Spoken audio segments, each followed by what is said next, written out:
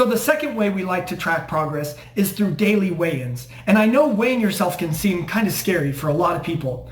And as you start to weigh yourself every single day, what we've found is it tends to make it a lot less scary, a lot less intimidating. It's only when we weigh ourselves, when we go to the doctor, or we're just weighing ourselves maybe once a week or once every 2 weeks, that it gets really intimidating, because it's just not frequent enough to really know what those numbers mean. And so we're always just reacting to things, as opposed to actually getting to understand our body and how what we do the day before is going to influence our weight. The number one cause of weight gain is actually water retention. It's not fat loss or fat gain. It's actually water loss or water gain.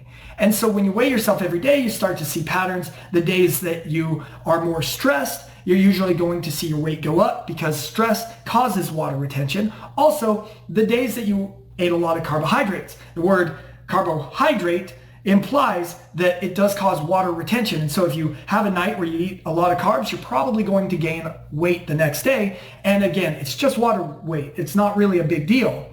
And so by weighing yourself every single day, you start to see the patterns, and you start to sort of declaw that scary number. This is one of my coaching clients who worked with me for over a year. And we can see, so when I first started him off, I didn't change what he was eating at all. I just had him eat the same thing and track his weight.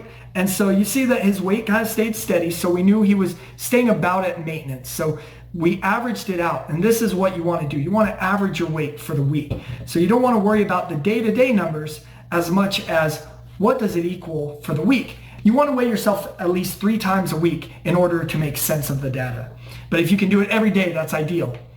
And so you see week 1, he was 203, and then week 2, his weight actually went down by 2 pounds. As we go further down, I want you to start to see some of the fluctuation in the day-to-day numbers. So let's take this week here. So Thursday, he's 201. Then the next day, he's 199. Now imagine how good that's got to feel to see 2 pounds drop on the scale. And then the next day, he's back to 201 again.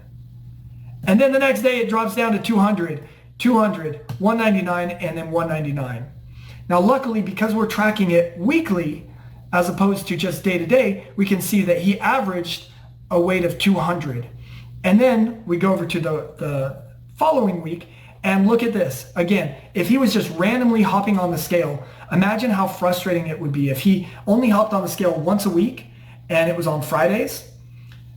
The week before, he was 199. And then the next Friday he gets on, he's 201. Imagine how frustrating that would be. But because we're tracking throughout the entire week, we know that's a bit of an outlier, because we see his weight drop back down to 199 and then even 198 during that week. And he averages 199. We know he lost about a half a pound right there. So that's what that formula is about.